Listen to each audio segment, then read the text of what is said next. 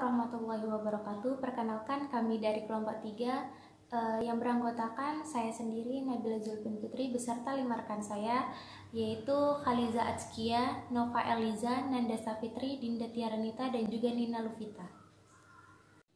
Baik, di video ini kami akan mempresentasikan hasil tugas kami yang memaparkan atau membahas tentang audit Carter, posisi internal audit di tengah korporasi, kompetensi dan komposisi audit internal, dan yang terakhir membahas tentang pendekatan-pendekatan dalam membangun tim audit.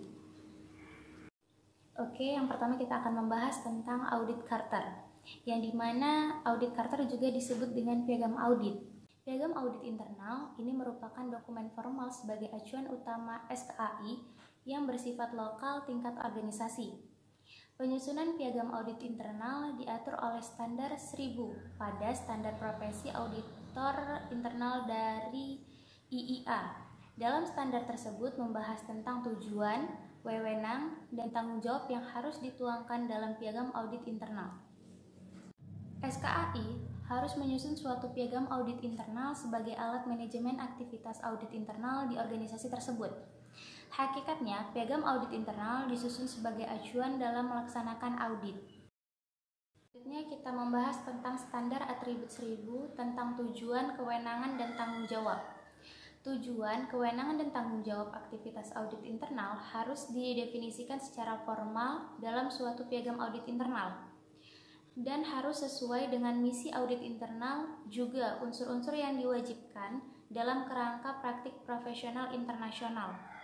Prinsip praktik profesional audit internal, kode etik, standar, dan definisi audit internal. Kepala audit internal harus mengkaji secara periodik piagam audit internal dan menyampaikannya kepada manajemen senior dan dewan untuk memperoleh persetujuan. Untuk interpretasi standar atribut 1000 tentang tujuan, kewenangan, dan tanggung jawab, piagam audit internal merupakan dokumen resmi yang mendefinisikan tujuan, kewenangan, dan tanggung jawab aktivitas audit internal. Piagam audit internal ini menetapkan posisi aktivitas internal dalam organisasi, termasuk sifat hubungan pelaporan fungsional kepala audit internal kepada dewan, memberikan kewenangan untuk mengakses catatan personel dan properti fisik yang berkaitan dengan pelaksanaan penugasan, dan mendefinisikan ruang lingkup aktivitas audit internal. Nah, persetujuan akhir atas piagam audit internal berada pada dewan. Internal ini ada semuanya di piagam audit internal. Kemudian juga laporan-laporannya untuk piagam audit internal ini dilaporkan ke dewan. Selanjutnya kita membahas tentang isi piagam audit internal. Isi piagam audit internal itu disesuaikan dengan kondisi perusahaan tersebut. Nah, yang pertama pendahuluan dengan penjelasan keseluruhan peran dan profesionalisme kegiatan audit internal. Yang kedua, visi dan misi SKAI dengan menyebutkan profil SKAI secara singkat. Yang ketiga, struktur dan kedudukan, memuat tentang struktur organisasi SKAI dan kedudukannya dalam organisasi. Yang keempat, wewenang dan kerahasiaan, mengatur hak akses penuh audit internal dan pernyataan siap untuk menjaga kerahasiaan. Yang kelima, tanggung jawab, memaparkan cakupan tanggung jawab audit internal. Yang keenam, independensi dan objektivitas, menjelaskan pentingnya struktur pelaporan dan tanggung jawab audit internal.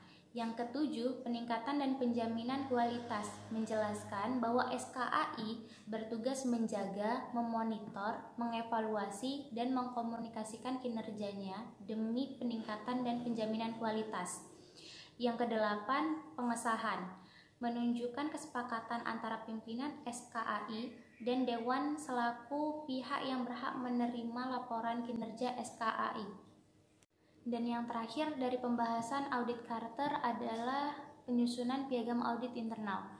Draft piagam audit internal yang sudah disusun, dikomunikasikan, dan dimintakan persetujuan kepada dewan setelah menjadi dokumen piagam internal pun, Kepala SKAI harus mengkaji secara periodik piagam audit internal yang menyampaikannya kepada manajemen senior dan dewan untuk memperoleh persetujuan. Poin selanjutnya adalah Posisi internal audit di tengah korporasi. Peran internal audit pada saat ini haruslah mencakup internal control, risk management, and good corporate governance. Oleh karena itu, internal audit memiliki tanggung jawab yang lebih tinggi dibanding sebelumnya. Hal ini dapat diidentifikasikan hubungan kebutuhan dengan kompetensi dasar, basic competency, yang sama bagi para auditor, mulai dari kepala departemen hingga pelaksana. Dan dapat diuraikan sebagai yang pertama itu adalah soft competency. Soft competency internal auditor menentukan sosok auditor yang ideal. Kepribadian atau karakter positif yang kuat sekarang ini diakui sebagai penentu keberhasilan seseorang dalam meniti karir. Lebih dari bekal pengetahuan dan keterampilan yang dimiliki. Sifat pekerjaan auditor yang harus selalu berinteraksi dengan berbagai manusia, bahkan mempengaruhi orang lain. Auditor mau tidak mau juga harus memiliki aura kepemimpinan yang memadai. Sifat kepemimpinan tersebut bisa berasal dari bakat maupun hasil pembentukan yang dapat dilihat dari ciri-cirinya. Ciri-ciri yang pertama itu adalah minat yang tinggi dan pengalaman yang konsisten, mulai dari masa sekolah atau kuliah hingga meniti karir, terlibat dalam aktivitas organisasi. Yang kedua, relatif dewasa dibanding rekan sebayanya, serta memiliki kepercayaan diri dan kemandirian yang relatif tinggi. Yang ketiga, memiliki kemampuan interpersonal relation, empati, dan teamwork yang baik, yang juga ditopang oleh linguistic intelligence yang baik, khususnya fasih secara oral. Dan yang kedua, hard competency. Internal auditor menentukan bobot auditor. Meskipun soft kompetensi memegang peranan penting, auditor juga dituntut memiliki tingkat berpikir, pengetahuan, dan keterampilan di atas rata-rata. Tepatnya sebuah kombinasi kompetensi yang terdiri dari analytical thinking, multidimensional knowledge, dan advisory skills. Analytical thinking dalam menjalankan perannya, auditor tidak hanya dituntut mengenai setiap bisnis proses yang sedang berjalan maupun yang lazim. Intellectual knowledge, auditor juga dituntut memiliki kapasitas intellectual knowledge yang memadai agar dapat inline dengan wawasan berpikir dan pengetahuan yang dimiliki para audit. Advisory skills dalam berinteraksi dengan para auditor selain mengidentifikasikan personal hingga ke akarnya, juga harus dapat memberikan rekomendasi mengenai solusi yang tepat. Ada berbagai cara yang dapat diterapkan di banyak perusahaan dalam rangka membangun komposisi anggota tim internal audit yang terbagi dalam 3 kelompok berdasarkan disiplin. Kelompok pertama berdasarkan disiplin ilmu. Komposisi yang relatif homogen, umumnya accounting based. Komposisi yang heterogen, yang terdiri dari latar belakang yang multidisiplin. Yang kedua, berdasarkan pengalaman kerja. Komposisi yang well experienced, auditor berpengalaman minimal 2 tahun. Komposisi yang high turnover, yang terdiri dari mayoritas free graduates and employee. Kelompok yang ketiga berdasarkan status karyawan, komposisi yang terdiri dari sepenuhnya permanent employees, komposisi yang terdiri dari berbagai sumber daya manusia berstatus semi-permanen, kontrak part-time, atau outreach.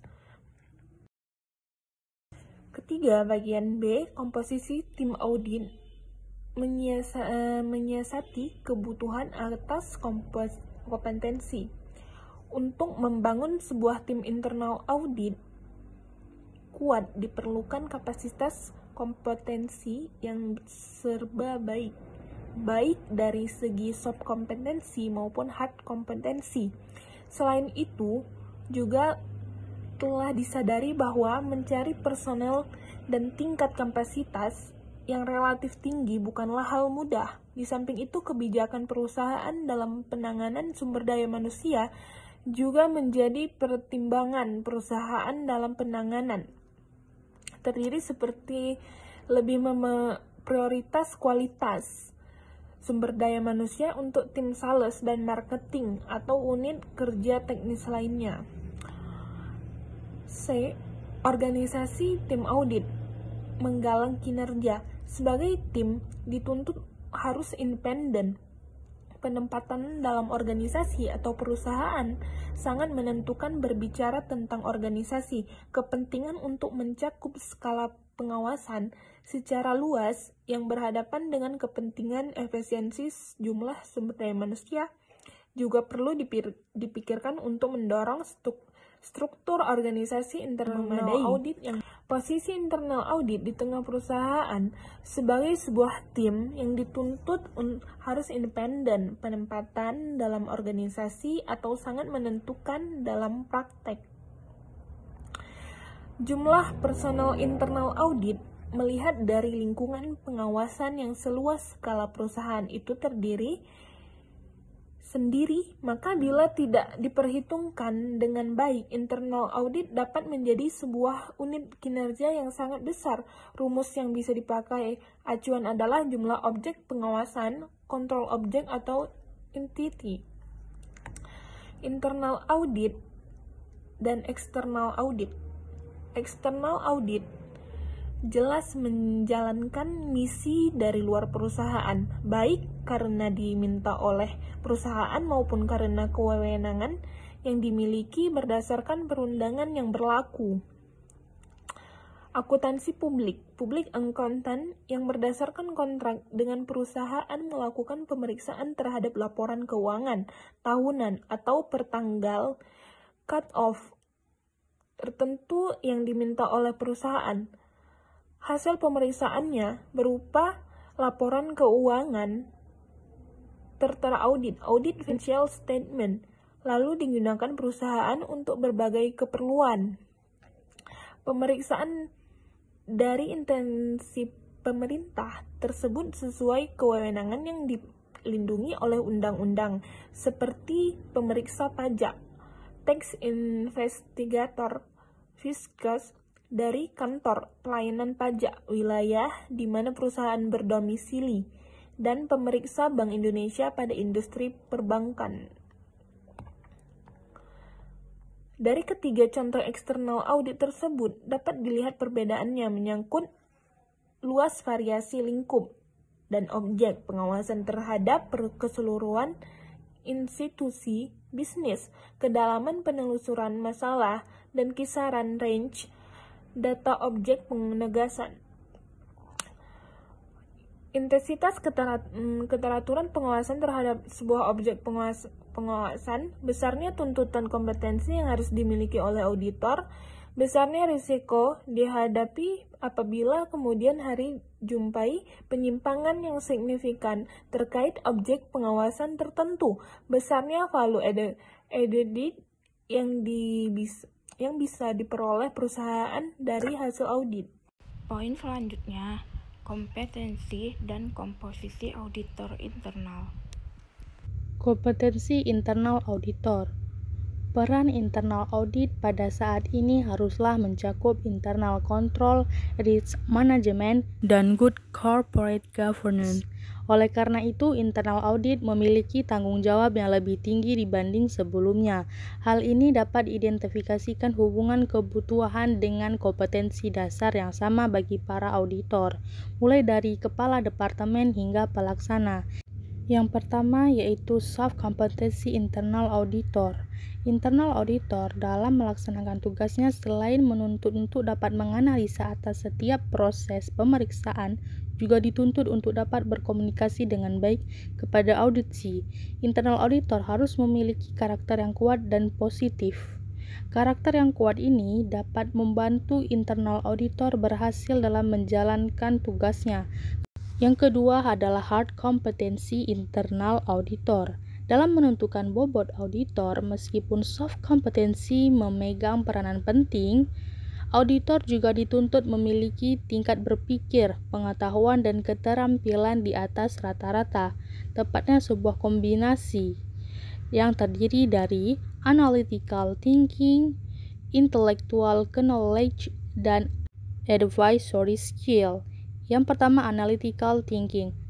Dalam menjalankan perannya, internal auditor tidak hanya dituntut dalam memahami masalah yang sedang diperiksa dan memahami risiko yang muncul dari masalah tersebut. Internal auditor juga dituntut untuk dapat mengenal setiap bisnis proses yang terdapat di perusahaannya dengan baik. Yang kedua, intellectual knowledge. Internal auditor juga dituntut memiliki intellectual knowledge agar dapat inline dengan wawasan berpikir dan pengetahuan yang dimiliki para auditsi. Yang ketiga, advisory skill. Selain untuk dapat digunakan berinteraksi dengan para auditsi, advisory skill dapat juga digunakan untuk dalam melakukan identifikasi setiap persoalan hingga ke akarnya, sehingga dapat memberikan rekomendasi yang tepat. Ada berbagai cara dapat diterapkan oleh perusahaan untuk membangun komposisi anggota tim internal audit. Cara tersebut terbagi dalam 4 kelompok. Yang pertama, membangun dengan berdasarkan disiplin ilmu. Yang kedua, membangun dengan berdasarkan pengalaman kerja. Yang ketiga, membangun struktur organisasi dan menyusun kebutuhan pendidikan yang dapat menunjang kinerja tim internal auditor. Dan yang terakhir ada membangun kerjasama yang baik dengan seluruh manajemen, sehingga mendukung apa yang menjadi tujuan dari tugas tim internal auditor. Selanjutnya mengenai komposisi tim audit. Untuk menyiasati kebutuhan kompetensi dalam membangun tim internal audit yang kuat, diperlukan kapasitas kompetensi yang serba baik dari segi soft kompetensi maupun hard kompetensi. Perusahaan harus berkomitmen dalam mencari personal yang mumpuni dan berkomitmen dalam memenuhi kebutuhan pendidikan pelatihan internal auditor. Selain itu juga perlu mempertimbangkan skala pemeriksaan dari ukuran perusahaan, baik dari besar kecilnya, luas sempitnya perusahaan. Hal ini berpengaruh karena ukuran perusahaan menentukan tim internal auditor dalam membuat skala pemeriksaan atas resiko perusahaan. Skala pemeriksaan ini menentukan berapa jumlah personel internal auditor yang diperlukan dan tunjangan atau support yang oleh perusahaan berikan kepada tim internal auditor. Apabila salah dalam membuat skala pemeriksaan, dapat berakibat tidak efisiensi dan efektif kinerja tim internal auditor. Dan poin terakhir adalah pendekatan-pendekatan dalam membangun tim audit. Para auditor yang ada tidak hanya dituntut untuk bisa bekerja secara mandiri, namun harus bisa juga bekerja sama dalam satu tim. Dengan menyatakan segala kelebihan yang dimiliki oleh setiap anggota yang ada di dalamnya, diharapkan internal audit dapat memberikan kontribusi yang besar bagi perkembangan suatu perusahaan. Ada beberapa strategi yang dapat digunakan atau pendekatan-pendekatan dalam membangun tim internal audit yang solid. Yang pertama, satukan tujuan. Satukan tujuan yang ingin dicapai. Suatu tim internal audit harus memiliki tujuan yang sama dalam bekerja. Hal ini tentunya akan menjadi penyemangat dalam tim tersebut untuk bisa bekerja sama dalam mencapai tujuan. Hal ini harus didukung oleh kemampuan pemimpinnya dalam menggerakkan anggotanya untuk bekerja sesuai tujuan yang telah ditetapkan sebelumnya. Yang kedua, kepercayaan antar anggota.